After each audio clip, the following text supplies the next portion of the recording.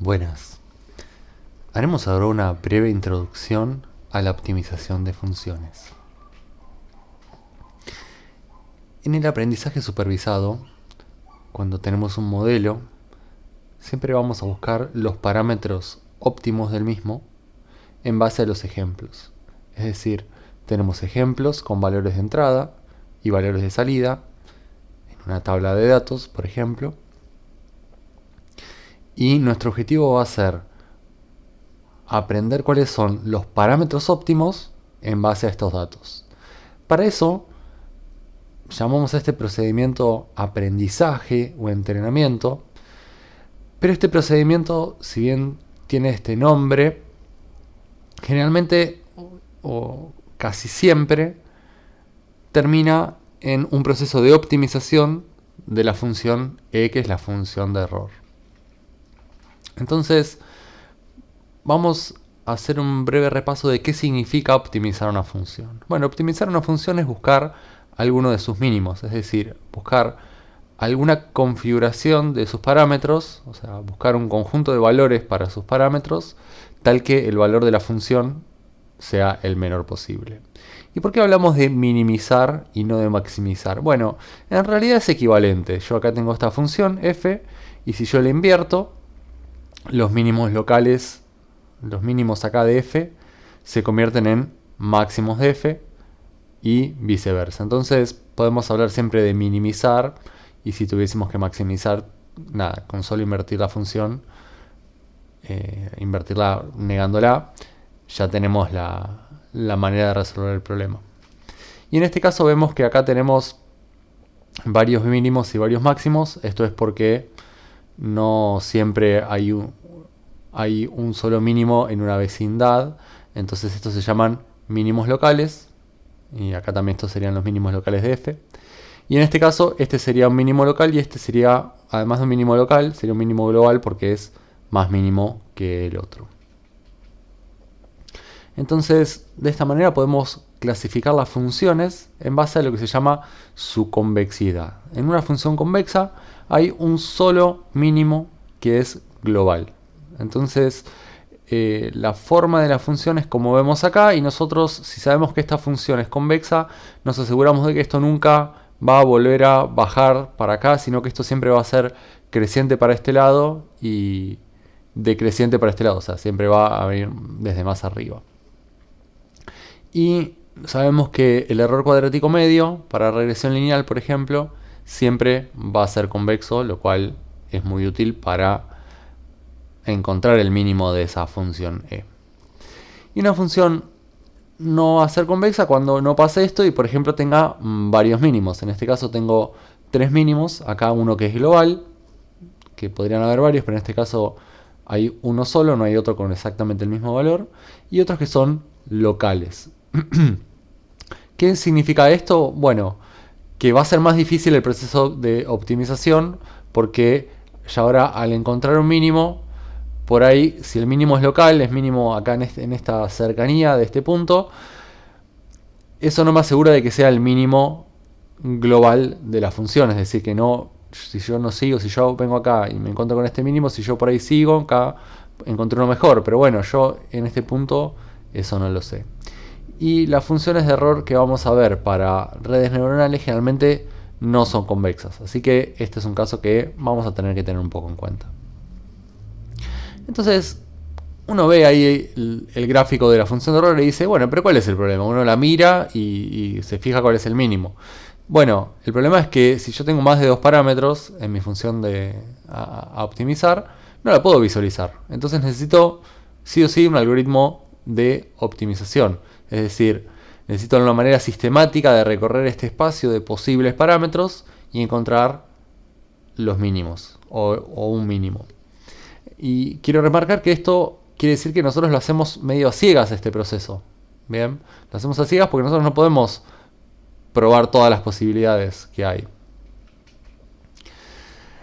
Entonces necesitamos algoritmos de optimización. Y para clasificarlos un poco podemos dividirlos entre generales y especializados. Los algoritmos generales tienen pocas asunciones sobre f. O sea, me pueden dar f que puede ser un choclo enorme, puede ser cualquier cosa y mi algoritmo funciona.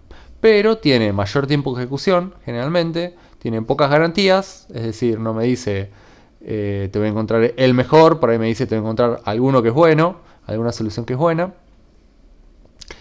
Y como ejemplos más comunes de esto es el algoritmo de fuerza bruta, que sería de probar todos los posibles parámetros, y de búsqueda aleatoria, que sería probar valores aleatorios.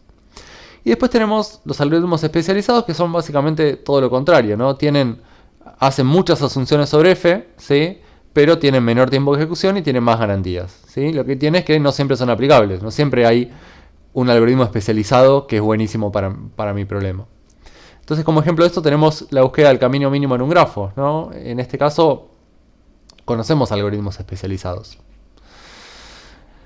Entonces, para profundizar un poquito más en cada tema, pensemos qué sería un algoritmo de fuerza bruta. Bueno, yo acá tengo mi función y, como les decía, yo no la veo. Acá yo la estoy dibujando en una dimensión. Estoy tomando un caso de una dimensión, entonces lo puedo ver.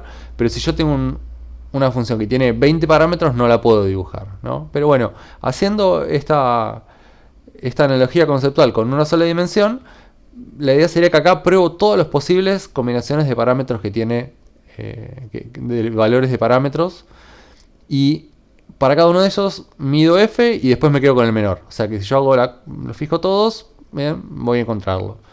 Esto me va a dar seguramente el óptimo global, pero el problema que tiene es el coste computacional. Y además, si yo tengo parámetros continuos, ¿qué sería probar todos? Bueno, se complica. Entonces, una cosa que podría hacer es, para no tener tanto coste computacional, es hacer una búsqueda aleatoria. Es decir, elijo valores aleatorios de los parámetros y voy probando su resultado. Y bueno, digo, me quedo con el mejor, ¿sí? Pero esto tiene el problema de que ahora tengo que ver cuál es la mejor forma de generar los valores aleatorios de los parámetros para probar la función. Porque fíjense que en este caso, por ejemplo, si justo pruebo todos valores que no están ni cerca del mínimo, y por ahí yo pienso que el mínimo es este, ¿sí? Porque yo no estoy viendo la función toda así, yo solamente veo los puntitos que pruebo. Entonces, cuando digo yo, digo el algoritmo. Entonces, tiene también sus problemas. Por eso los algoritmos generales son a veces la única opción que tengo en algunos problemas, pero si hay un algoritmo especializado, debería mejor utilizarlo. Entonces, otras dificultades que tienen estos tipos de algoritmos es, bueno, el tema de cuánto cuesta evaluar la función del error, y además de cuándo termino, ¿sí? Que eso le decimos un criterio de convergencia. Imagínense en este caso que yo hago una prueba acá y pruebo en este punto, y después pruebo en este punto la función de error, y en este punto y en este punto. Y uno diría, bueno, después de estas 4 pruebas bajé bastante el error, porque empecé acá, bajé acá y ahora bajé acá. Entonces estoy minimizando estoy encontrando parámetros que minimizan esta función. Pero ¿qué hago cuando estoy acá? Tengo que siempre que tomar una decisión. ¿Sigo probando valores o me quedo acá? Yo podría probar otro valor y ir un poquito más abajo, y probar otro valor y otro valor, y por ahí y pruebo un montón de valores, ¿sí? Y después por ahí casi no me estoy moviendo, no estoy cambiando la función, no estoy optimizando ya casi nada relativo a la cantidad de pruebas que hago. Y por ahí, además, si tengo varios mínimos, en realidad todo este esfuerzo que estoy realizando acá para buscar en este área el valor mínimo, en realidad está perdido, porque el mínimo o otro mínimo local o el mínimo global están en otro lugar. Entonces no es tan simple aplicar estos algoritmos. En cambio, los algoritmos especializados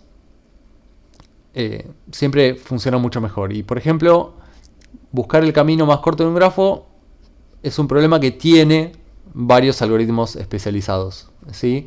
Entonces, en este caso, mis datos serían el grafo, sería la configuración del grafo, los parámetros de mi algoritmo, o sea, los parámetros de mi modelo serían el camino, serían los nodos que integran el camino a tomar, y la función de error sería la longitud de caminos, ¿no? La función a optimizar. Entonces, cuanto más chico sea esta longitud del camino, menor va a ser el error, podría pensarlo así. Entonces mi objetivo va a ser optimizar esta función LDC, es decir, encontrar un camino C perteneciente al grafo con el menor valor. Y esto sabemos que tiene una solución única y tenemos varios algoritmos especializados para distintos tipos de grafos, como bueno, Dijkstra, Bellman-Ford y otros. Entonces, siempre que puedo utilizar un algoritmo especializado, quisiera hacerlo, pero no siempre eso es posible. Y acá tenemos el descenso de gradiente, que es un tipo de algoritmo general, pero que hace algunas asunciones. En particular, hace la asunción de que f es derivable. Y esto es muy importante. ¿Por qué? Porque la derivada nos va a ayudar a encontrar el mínimo de una manera bastante más inteligente. Y esta asunción tampoco es tan fuerte porque puede tener unos puntos de discontinuidad o puntos en los cuales la función a optimizar, por ahí, si es un puntito donde no es derivable, no hay ningún problema. O sea que es bastante tolerable asume bastante poco en realidad. Solamente asume que es derivable. Solamente la primera derivada además. Entonces la idea del descenso de gradiente es que yo voy a calcular, empiezo acá, calculo el gradiente en este punto y el gradiente me dice cuál es la dirección de crecimiento de la función. En este caso, la dirección de crecimiento es en este punto, en la vecindad de este punto, es para la derecha, ¿no? Si yo voy para la derecha, la función crece.